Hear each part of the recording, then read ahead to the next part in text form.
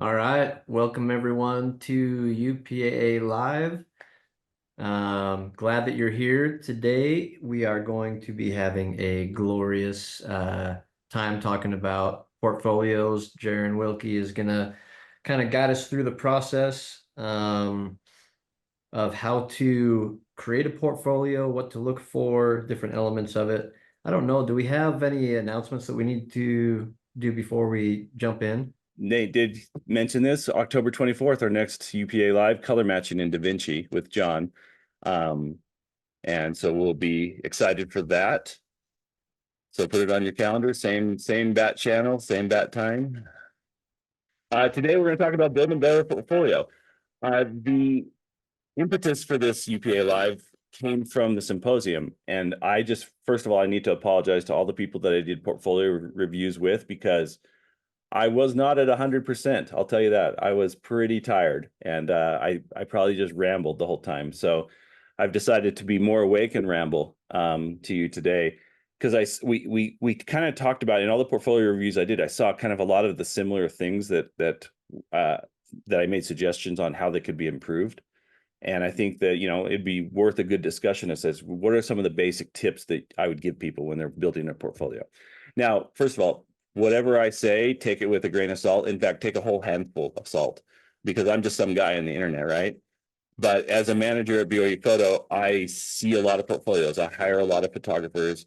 We just went through the hiring process just recently, and I saw so many portfolios. And there's some things I saw in those portfolios that were really, really good, and then other things that just I wish I could have helped that photographer prepare a little bit better for. Because I mean, a portfolio. I mean, really, what it is what is exactly you're trying to accomplish with the portfolio. And I think that sometimes we narrow the definition of a portfolio a little too much. I mean, first of all, you're going to be when you're applying for a full-time job, you have your portfolio, and your portfolio is basically like your chance to give a first impression to somebody. Here is the type of work that I do. Here's who I am as a photographer. And I think that photography is really interesting that we don't really care where you went to school, what degree you have, any of that. What we care is what can you do? And it's the ultimate meritocracy, right? Show me what you can do. And people never get hired for work that they can't do. They need to see, oh yeah, you can do this. Nobody ever comes to me and asks me to shoot food photography, right? They've never seen me do food photography. But when they look at my portfolio, like, okay, you do sports, you do portraits, you do this kind of stuff. That's what they'll hire me for. So again, the most common usage is full-time job. But I also think that a portfolio is important if you have a job, because, for example, we have a portfolio that is really that is on our website, and that portfolio, those galleries are helping us get jobs on campus because the same thing applies. They may not be hiring me for a full-time job, but they're hiring me to come and shoot their program. And if they're seeing the type of work that I do and it matches up with what they want, that portfolio is going to help us get into more doors on campus and have more opportunities. So I want to make sure that we have both of those purposes in mind. As I was talking to some of my friends about a portfolio, I love this quote from Chris Parent. He shared this and gave me permission to share it. Your portfolio isn't about the famous people or the big events you've shot. It's about showing your vision for every event you shot. And I think that that's really important. It is really easy to get into the mindset that says, no, I have to have, the most recognizable celebrities or athletes or whatever in a portfolio. I think photographers, when they're looking at portfolios, they're seeing skill, they're seeing technique, they're seeing that vision. So really what it does come down to is that first impressions do matter. And, for people that are applying for jobs, they're getting a minute or two for me to look at their portfolio, and that first impression is what's going to propel me to look more at their portfolio, look at their website, look at their resume, or move on to the next person. So that first impression matters so much. So I thought I could use the example of my bistro, which I'm opening up. I've always wanted to open up a restaurant. This is what Midjourney thinks my restaurant will make. We'll make camera cakes, apparently. But imagine that I'm starting my restaurant and I convince a food critic to come and try my food. So to me, like that meal that I serve that food critic, that's my portfolio. So a few tips that I would be looking for is, first of all, a new restaurateur, I need to set that table, right? I'm going to make sure that I put clean tablecloths down. I'm going to make sure that there's no weird noises in the restaurant. I'm going to make sure that when that food critic gets to my restaurant, that everything, the environment is as best as possible so they can focus on the food. So what does that mean for us as a photographer? Well, my wife taught Sunday school in our church, and she has this lesson that's so fun. Basically what she does is she makes this amazing chocolate cake. And in this chocolate cake, it's just, it's not from a box, hand done, Hershey's frosting. It's incredible. So she makes a multi-layer chocolate cake and she takes it into the classroom of her gospel class. And, she just gets up there and starts the lesson by saying, okay, who wants a slice? Well, I mean, it's 10 o'clock on a Sunday morning. Everybody wants cake, right? So people raise their hands and she chooses somebody on the front row and she brings the cake up to him and she just takes her hand and just goes and grabs a handful of cake and slaps it on a paper plate and gives it to that person on the front row. And of course, everybody gasps and they're shocked. But the whole point of her lesson is that presentation matters. That it can be an amazing product that you're sharing, but if you present it in a poor way, it's going to affect how it's received. So with your portfolio, how you present your portfolio matters. And I think that there's a lot to be said for making sure that portfolios are displayed in a good environment. When I'm receiving resumes, I want to have a clickable link that I can go to the portfolio. I want to make sure that it's not hard to work with or it's hard to find. Simple. I was surprised in this last round of job interviews how many people just sent me their website link, their main website, and they called that their portfolio. And there was, all that information there. I had to go dig and see if there's a portfolio. Sometimes they had galleries and portfolios together. That's not really presenting yourself in the best way. Giving me a direct link to the portfolio, what is usually the best option. Some people give PDFs and that's fine. But I do think that there are probably better ways to display your portfolio. Personally, I want a customized gallery that's just a link to the portfolio and that's it. So I'm not seeing any distractions. I'm not seeing anything else. And that it's high quality. Make sure that, that the resolution's high enough so that you're not seeing, low resolution images. And that, again, you're making that best presentation possible. The second tip that I would say is you need to serve your signature dish, right? So at my restaurant, there's no way I'm going to have that food critic come in and I'm going to try out a new recipe on them. I'm going to my number one, most reliable, best dish that I have possible, the one that I could make with my eyes closed.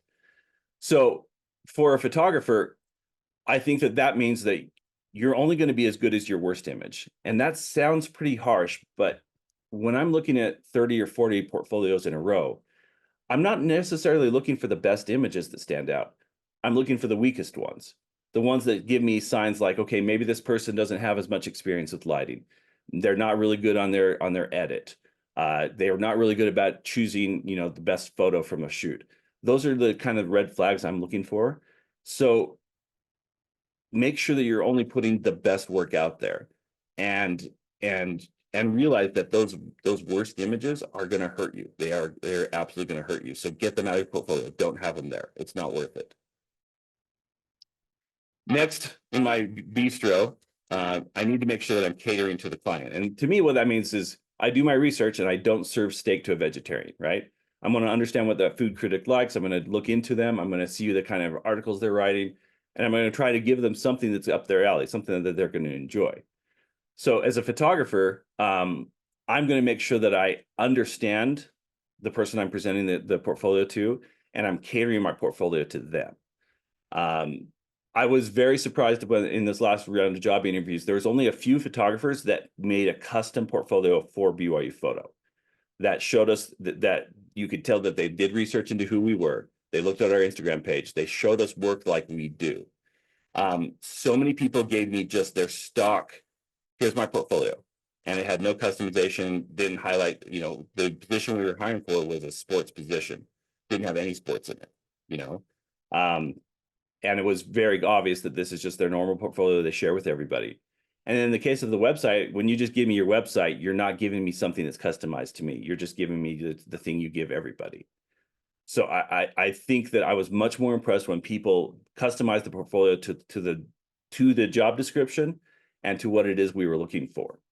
Again, study those clients' websites, look at the brochures, look at the social media profile, look at what the work they're doing. Again, people only hire you for work they know you can do.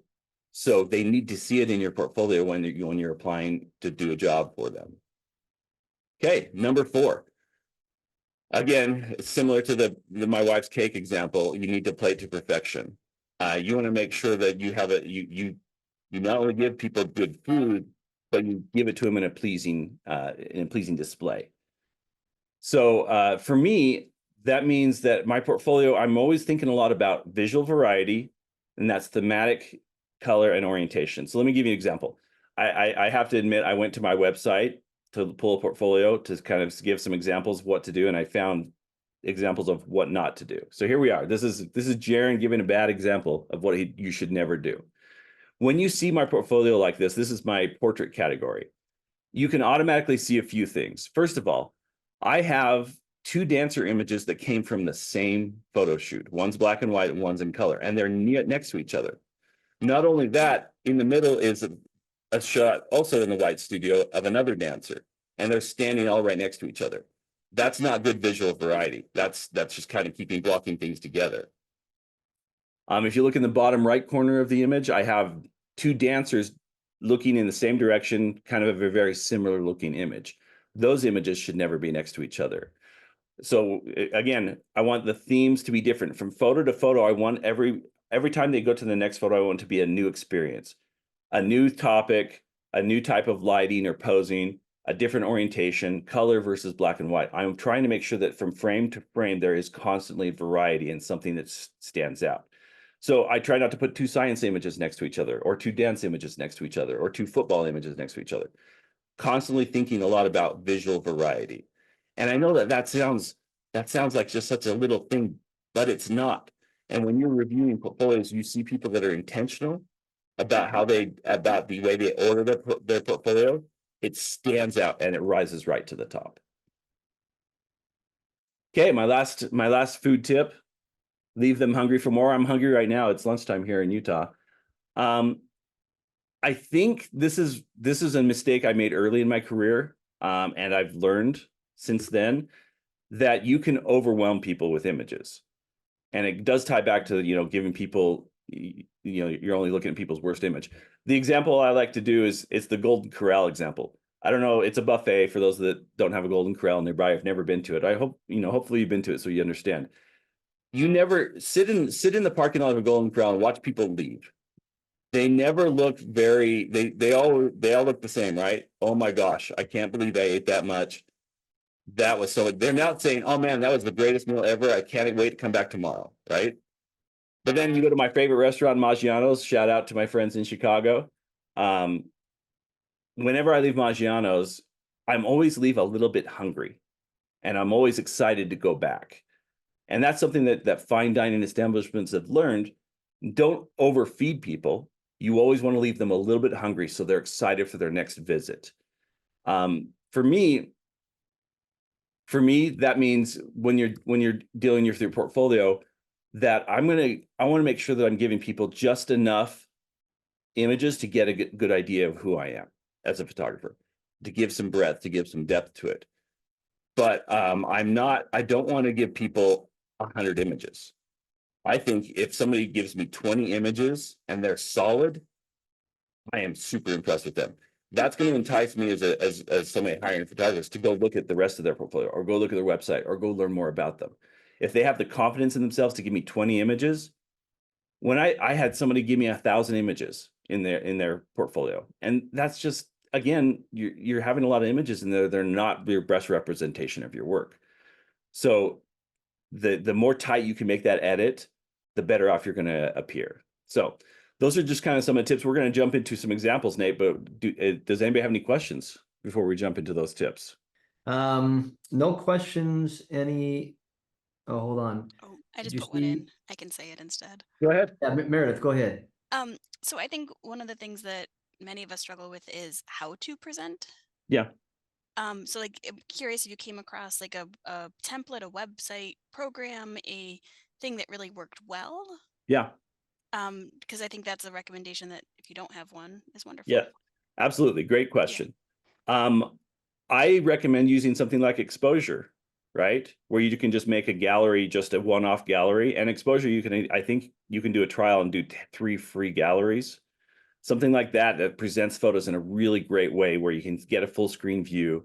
On my website, I can do the same. My personal website's on PhotoShelter, and I can make just a gallery of just photos, and then I'll just send a link to just that gallery. And it displays in a really nice way. I showed a slide of what it looks like, and then when you can click on it, they go full screen.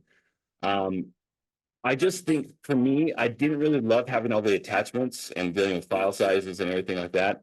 I liked something that I could click a link onto and go to. That was really good. I would definitely not suggest giving me your Instagram page. You can, as your portfolio is what I'm saying. You can give it to me. I think it's great because, like, say, if I'm interested, I'm going to go look at your Instagram and I'm going to learn more about you. But as your portfolio, give me something that's curated and specialized specifically to show me your top 20 or 30 photos. I don't know if anybody else has any other suggestions of sites that we could use for that.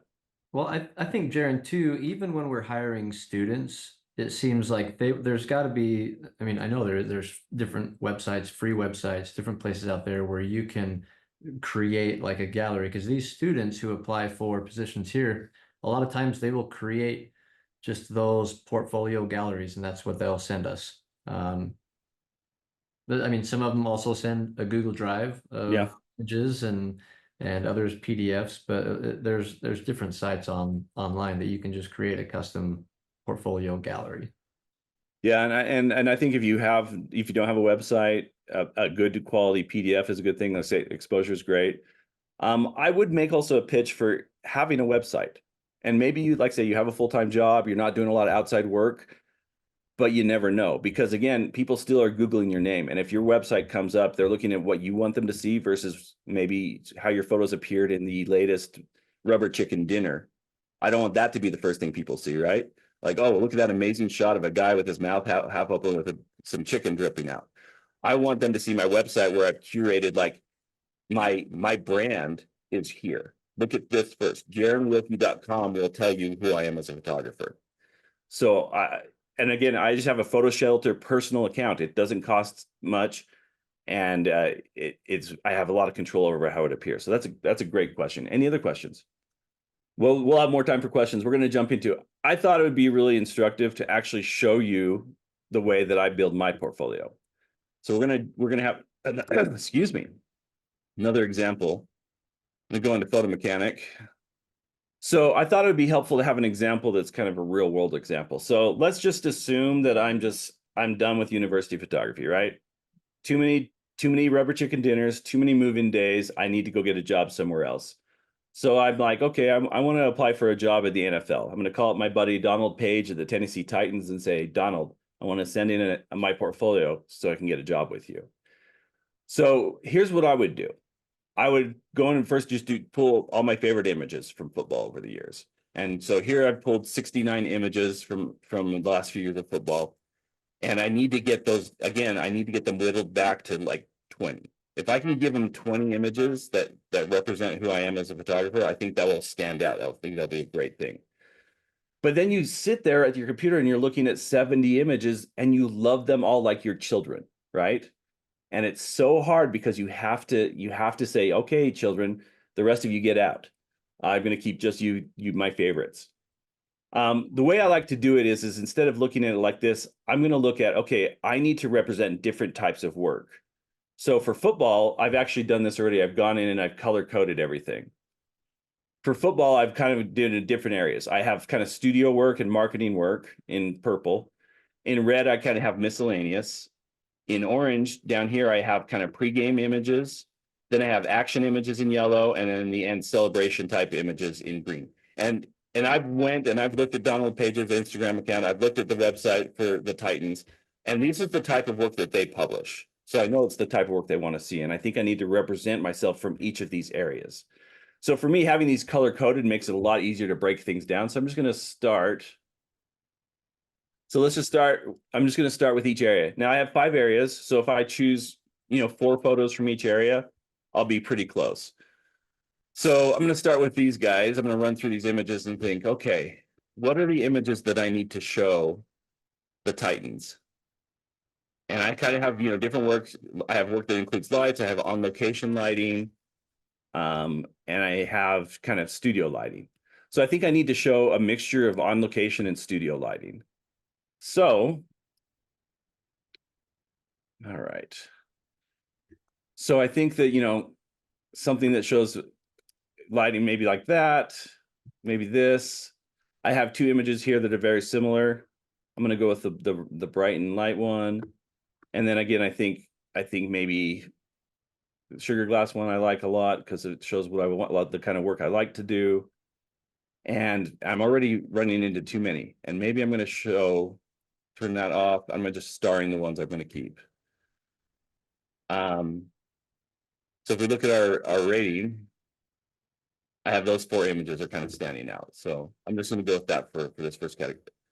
I'm going to go to my next category, and this is harder because this is miscellaneous. It's a little bit of everything. Just kind of trying to show some fun things, also show practice, the things that you have to do when you're an NFL photographer. And I'm always asking myself, like, am I trying to show technical? Am I trying to show my vision, or am I trying to show fun?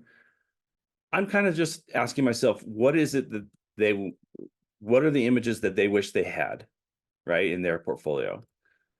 So in looking at this, this is gonna be tough, but I'm gonna make a few decisions really quickly. I think I like the star image from the flag in the pregame. I just think it represents, finding something that's not normally seen. And maybe I'm going to add, I really like this helmet shot. I think it's looking at practice photos a little bit differently. And I like this detail shot of him wrapping his tape in his fingers. And boy, I need one more. So maybe it is, let's see, we got to practice. Maybe I'm going to do this. It's something a little different. You don't normally see an angle you don't normally see. So if I get my rating down there, and that's 4 images. And again, that's hard. It's hard to do. Cut them down like this, but I just have to limit myself. If I give them too many images, they're going to see some of my weaker images. I want them to see just the best of the best. So here we got pregame, and you've got to think about, okay, what is it that they want to see pregame? And I want to show some stuff that's kind of behind the scenes and some of the stuff that's more visible. So maybe I love this image. I'll just run through them real quick. Just some variety of images of different things. The locker room image, I think, is something I've got to share. I always love tunnel shots, but I have so many of them. I've got to trim it down to just a few. But what are the things that they want to have on their Instagram page? That's the kind of question I'm always asking myself. And so I think I think that the Wisconsin shot probably should be there. I think this locker room shot should probably be there. And then tunnel shots, I'm gonna have to choose between 1, 2, or 3. And this is one of those situations where you should get feedback from other photographers. Because again, maybe you're having a really hard time letting go of that one image that you love. And when you get another photographer who doesn't have that connection to the image, they can just purely look at it as an image, then they can help you back. So I'm going to ask you guys to Number 2, my lord. chat. Number 2. Number 2. So 1, 2, or 3. Throw it in the chat. And which one should I use? Nate's going to have to tell me because I don't have my chat up. Looks like there's a lot of 2s so far. Which one? Unanimously 2 so far. You're kidding. That's my least favorite one. I got a 3. Oh, a 3? Okay. 1, 3. Oh man, it's all over the board. Okay. Well, I'm going to have to trust you guys. Oh, looks like 3's taking over. 3? Okay. Okay, I'm going to do 3 unless Nate tells me something different. So it's 1, 2, 3, and then I need one more image. And this is just brutal. But maybe I'll do this pregame image here, looking down. Again, it's just something that's different. And again, if you can show people different things, it just excites, them. But if they're seeing the same thing every time, I want to stand out. Okay, action's hard. Like this is, again, just another example. This is an image I took many years ago, 2006, but I love it. But it may not be the best representation of what I'm, want to show. So I'm just going to run through these real quick. I've got a lot of similar type images. And if I stop right, let's see, where is Puka? So here's a great example of that. Puka Nacua awesome NFL player now. When he was with us, he makes a game-winning catch to win the game at Boise State. Sorry, Boise. This image it was an amazing catch. The image, it may not be the best image unless you understand the context of the story. But that's the point. They don't care. They're looking at your portfolio purely in an image standpoint. Most people will not read a caption. They'll just look at the picture and say, is that a good picture? Is that hard to make? Does it show vision? Does it show skill? Does it show technique? So I'm going to have to cut this image because I don't think that this image on its own stands as well as maybe some of my other images. Another image to win the game, touchdown catch one-handed. Some celebration. But this one-handed catch, I think, really jumps out, and it's easy to read. Here's one of my first pictures I took of football back in 1998, and I love this image. But is putting this in my portfolio helping that potential employer or not? Or is it just telling them this guy's really old? He remembers what film is. So I'm just going to go ahead and choose it. I think I need a variety of images. So I think, Taysom, I like that. Just a good celebration shot. Oh boy, this is tough stuff. So I'm going to go with this catch because that's a tough catch. I think a celebration of the defense is good. I think maybe, let's see, do I have a goal line? I already have a goal line.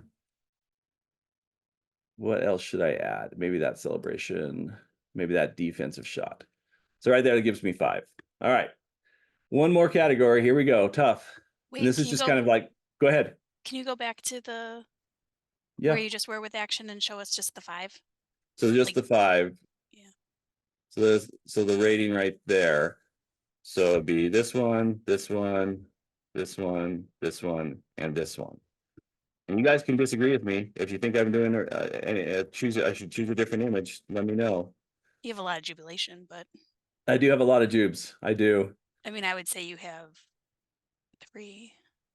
Yeah. Wow. So you're right. I could probably change that. So let me add a different action. What do you recommend? Which action one in here?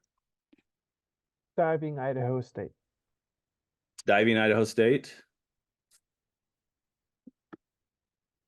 237. That's one opinion. Okay.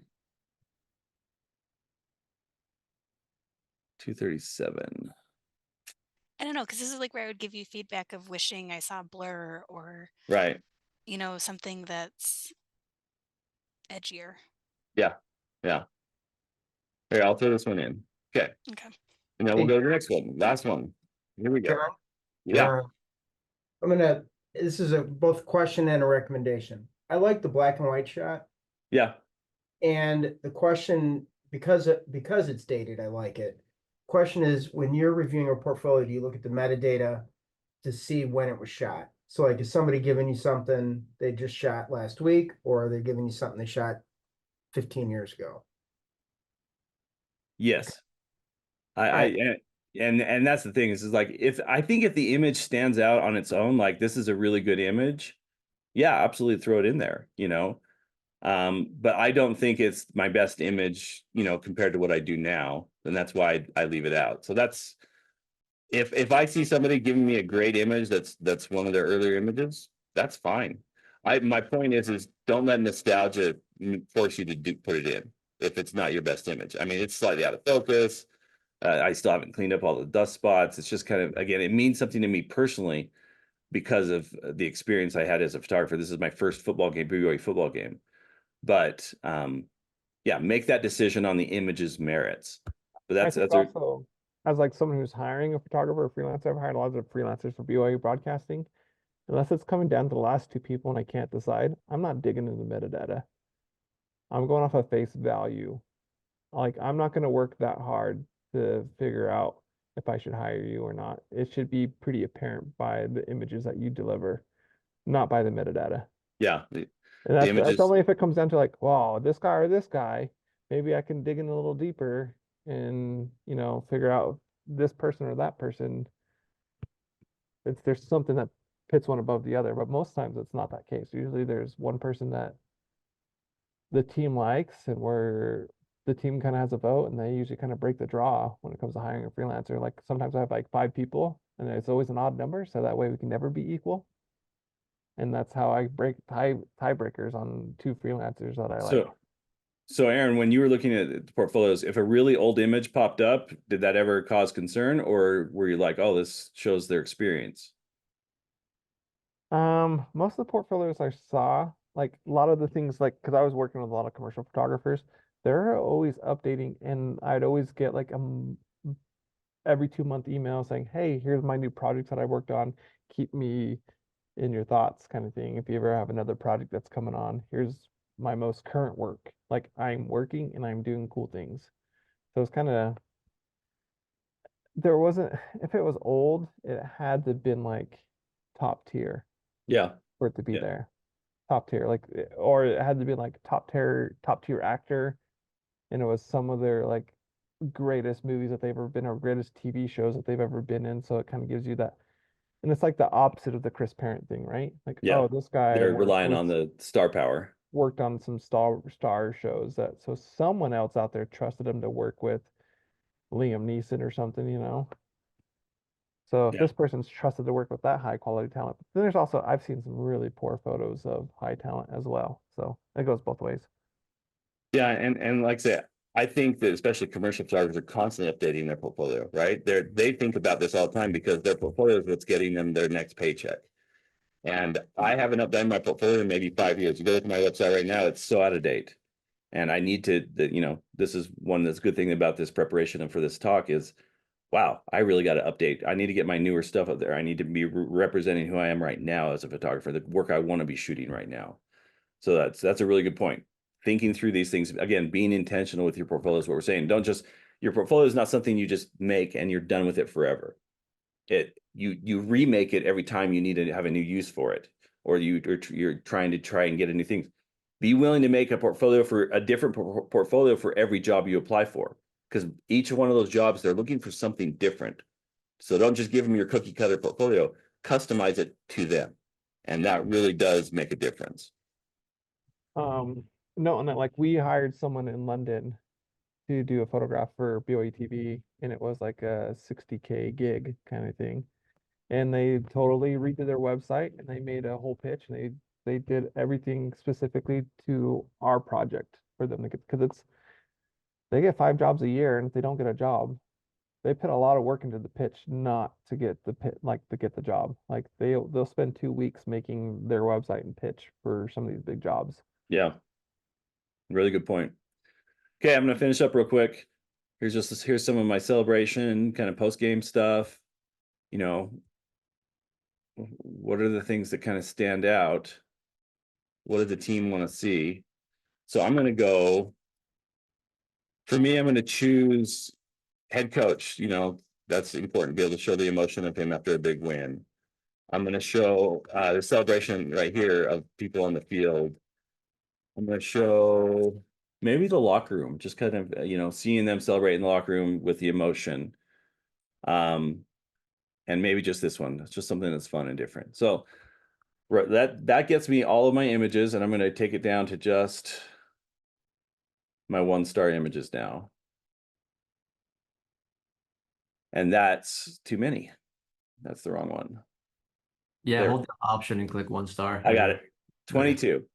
Okay, so right now I am down to 22. So now is where I would like you guys to look at these images, and I want you to tell me which images got to get cut. So go in the chat or speak up. I would cut third row, second one in, because the hand is too bright. Third row here, okay. Yep. Okay, anybody else? I did not like that one when you chose it, so I would cut that one pretty quickly. And I would look at your jubes, because I think you mix those across 2 categories. Yeah, I probably do. I say your 22 football practice 8-4 18, the helmet shot on the ground. This one right here. Okay. Yeah, I think And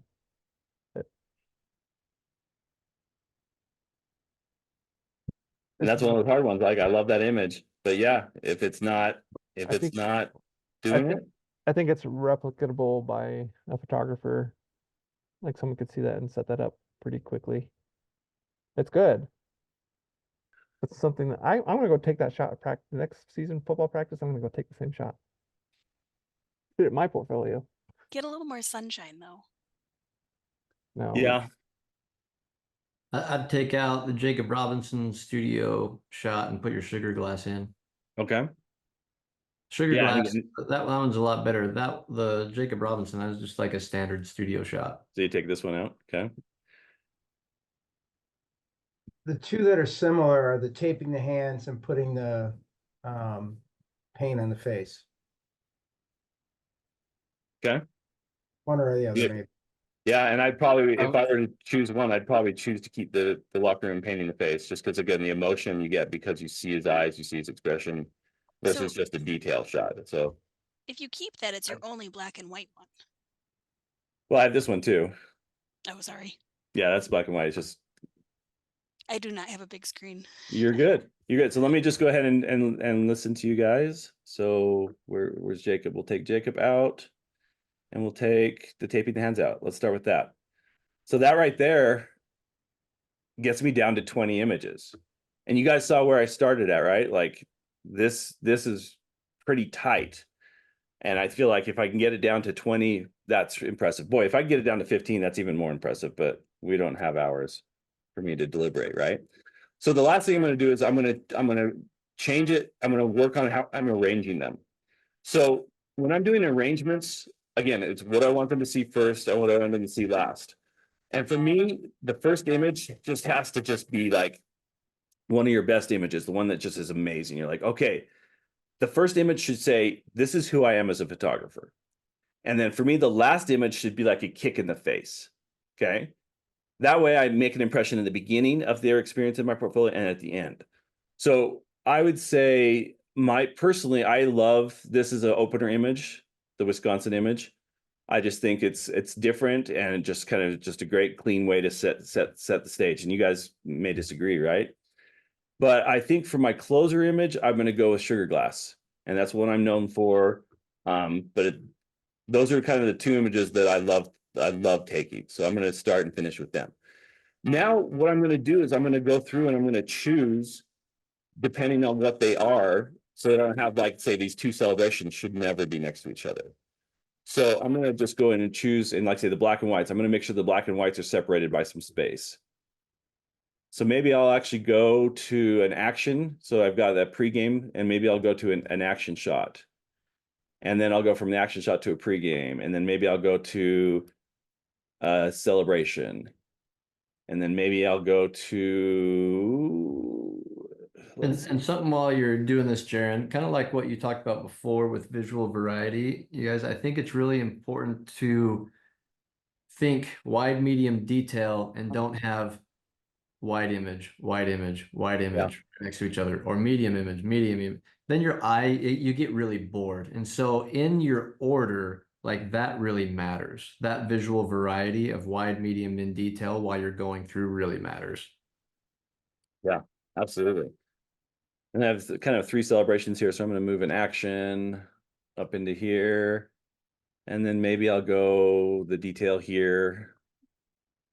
And let's see, maybe the celebration there.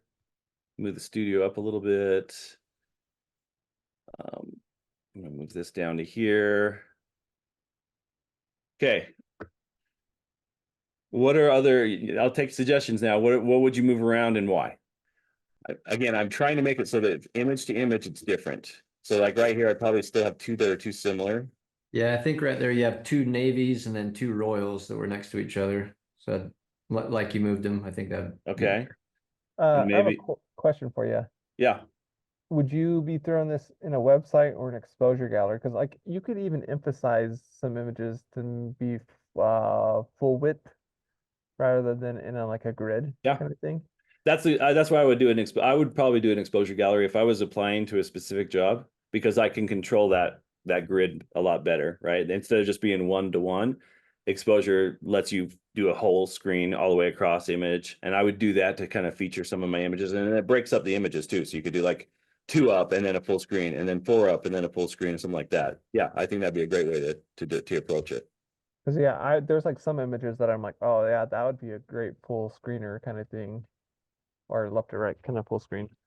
And then you could break it up into like even that. But I guess that's when you're jumping into, if you're if you are using exposure, then you can worry about it then and there.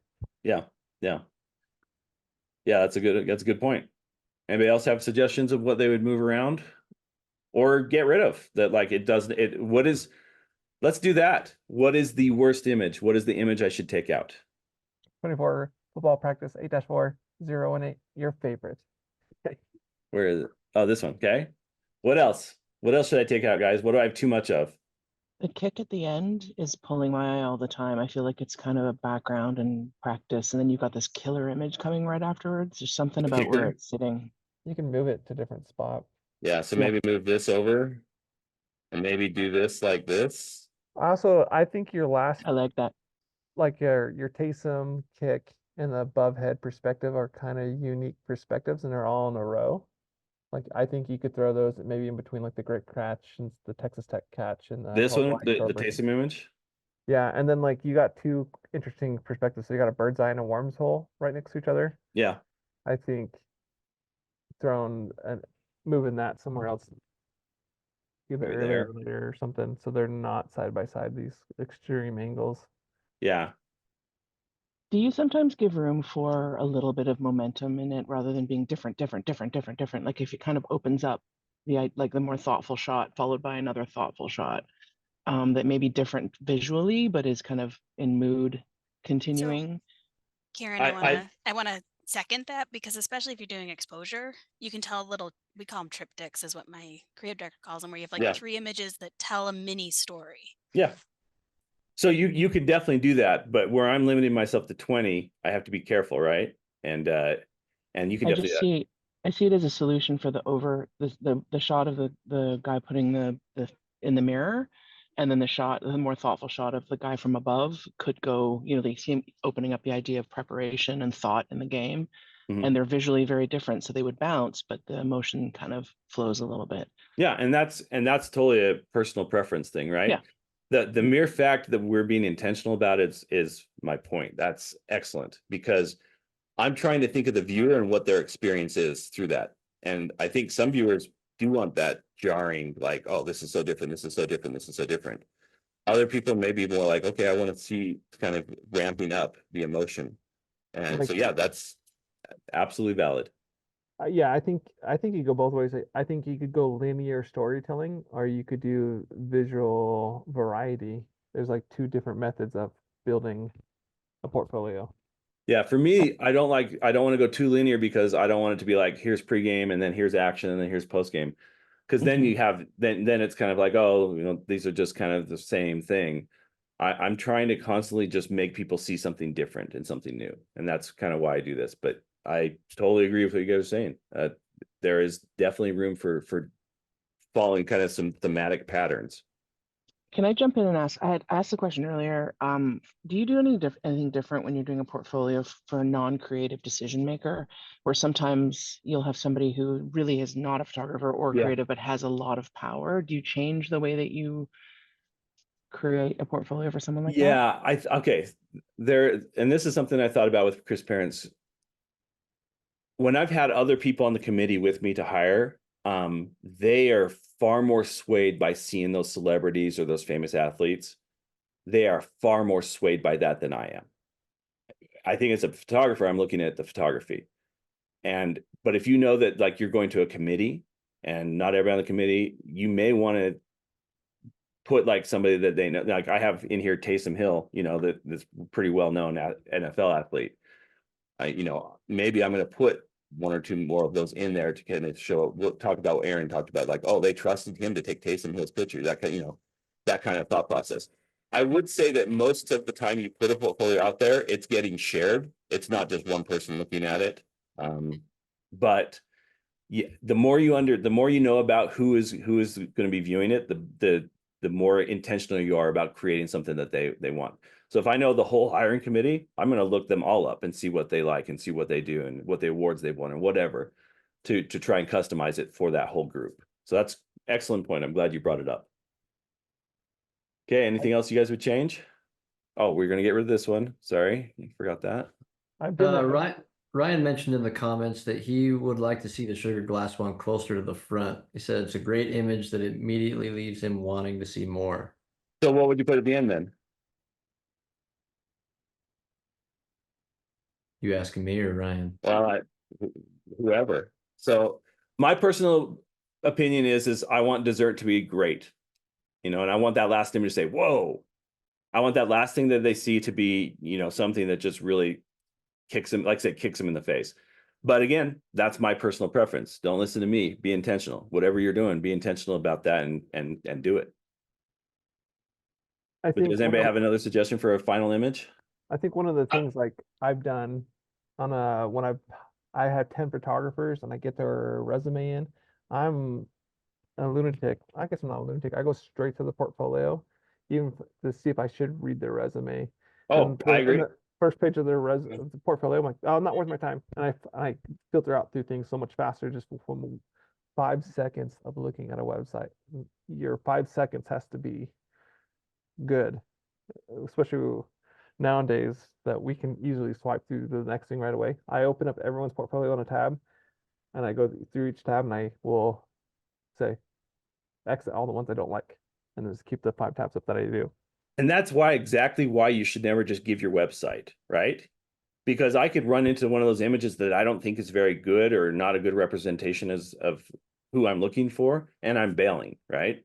But if I just give my curated portfolio, I'm more likely to look through an entire portfolio than I am an entire website. And you're only as good as your worst image, so don't ever give them your worst images. Cut them out, move them out. Make your strongest images stand on their own. And that's even a way, like I'll even do it in a committee. I'm like, hey, here's the 10 photographers that we think we're gonna hire for this campaign. And we say yay, nay on their front page of their website within 5 seconds. And then we'll discuss the 5 in deeper. Yeah. Good comments. Anybody else? All right. So a lot of times what I'll do is I'll just go ahead and rename these like 1 through 20, just so they keep that order. And then it's really easy for me to go to the website and to present them in a way that's possible. So those are kind of the things that I think about in being intentional about creating a portfolio, is making sure that you're paying attention to the viewer. The same way that a chef is going to pay attention to the person eating their food, is what is their experience going to be and how can I influence their experience so they have a good experience and they remember me and they want to come back. I have a quick question. So we've talked a lot about curating a portfolio to the job. What do you do in the sense that, like, you want to try to create, like, I shoot a lot of genres. I've done a lot of different things that aren't necessarily related to each other at all. Yeah. Everything from like astrophotography to then portraiture and landscapes to environmental photojournalism. It's everywhere, right? How do you decide to curate those portfolios? Do you have multiple portfolios for each genre? Is it too messy if you have, 15 different portfolios for each genre? How do you go about it? It sounds like Yeah, a university photographer. that's a great question. I think I probably have multiple portfolios. I'm just showing you like a sports portfolio here. I probably have a main portfolio that's like a little bit of everything that's all over the place. And that's, like it's useful for certain things, but for applying for a job, it's probably not useful. I think the more curated portfolio is better. I think that if you have a really tight, great portfolio, then on your website, maybe you have different portfolios or different galleries for those different genres, right? Like I say, if you can entice them to come to look at your website, you've already won, because most hiring don't take that extra step.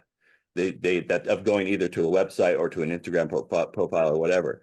On your website, make sure that you have those different things so that if they are interested, oh wow, he does astrophotography, or he does this, or he does that, they can dig in more. But it's them deciding to do it because they want to know more about it. So I just think when your first impression, your main portfolio, you cater it to them and to what the job is. And, if you're applying to a university, they may not care about the fact that you shoot horses or whatever it is that you shoot. So I would say for your main portfolio that you're trying to get jobs with, cater it to the client that's looking at it. Now, if you're at the university, and again, we're trying to get hired by different departments of the university, or invited to come take pictures, our portfolios are pretty broad. We have science, we have teaching, we have portraits, we have all these different things. We have to kind of figure out how to get them a little bit more structured portfolio that will help them make a decision, right? But we do, at the end of every year, we do like our best of the year, and that's kind of our portfolio we send to the university, but it has everything in it. And it works really well because, you know, they may not care about our touchdown image, but they see this science lab image. They're like, oh, we should really talk to the BYU Photo and get them over here. So that's a good non-answer for you. Sorry. I've seen a different version, like let's say someone is into sports photography and food photography. Those two portfolios don't mesh. And as like a hiring manager person, when I'm looking for a food photographer, they always say like in school, like, oh, you want to specialize, because if you're specialized, I'm gonna look for the best food photographer, not the best food sports photographer, unless there's like something really unique with sports and food kind of thing. I've seen where people split their whole entire and they treat it like two separate businesses, where one's, hey, this is my food photography business and it has a whole different name than whatever, and then here's my sports photography. And they're sometimes you can't even connect the two together. Like you don't even know it's the same person kind of thing. Yeah. So they pull it apart, because that way when someone's searching for, like, man, I need a really great sports photographer, and they see a portfolio full of food, they're like, oh, maybe not this person if that's what they're into. So I've makes seen it total that way. sense. I'm not saying that's how you should do it, but I've seen it that way before, where someone is good at photography and multiple facets of it, and they specialize in two areas that are widely different. It's annoying when I did that. I've seen some students do it where I'm like, cool, you have high fashion over here, and all of a sudden you're showing me interior design over here, and they never interact with each other. Like, why don't you throw some high fashion into those interior designs or something? I don't know, but they're two different worlds.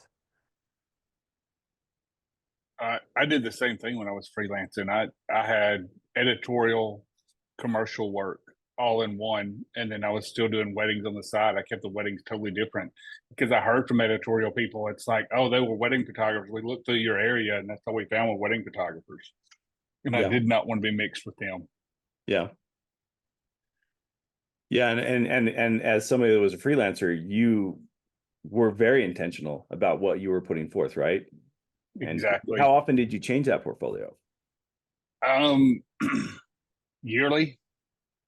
And where now that I've been here, I'm sort of in your boat. I think it's been 5 years, maybe 3 or 4 years if I'm lucky, that I've changed my portfolio. But yeah, I yearly, and having critiques over it, so to make sure I was staying on top. Which a lot of stuff that I did, everything was timely. As much as sports, yes, you can have a picture of Steve Young, but everybody, if that's your last sports picture, you're going to know you've not shot sports in a while. Yeah. Yeah. So you have to keep yourself up to date. Same thing with car people and fashion. If you're not shooting the exact same thing, that you have to change it. Yeah. Great points. Any other comments or questions? Well, if I would leave you guys with anything, is get feedback from other people that you trust. It's so easy to get locked in on, I love this image and it's never going to leave my portfolio. And it may be the one image that's holding you back. It may be that image that turns people off. You just have to be intentional. Your images are selling who you are as a photographer. They're telling that story in a very short and succinct way. And the better we can be about our portfolios will lead to better opportunities as photographers. All right. Well, thanks, Jaren. Appreciate everybody joining us today. And don't forget about the next UPAA Live, where we'll be going over DaVinci Resolve. And thanks for coming. We'll see you later. Okay. See you guys.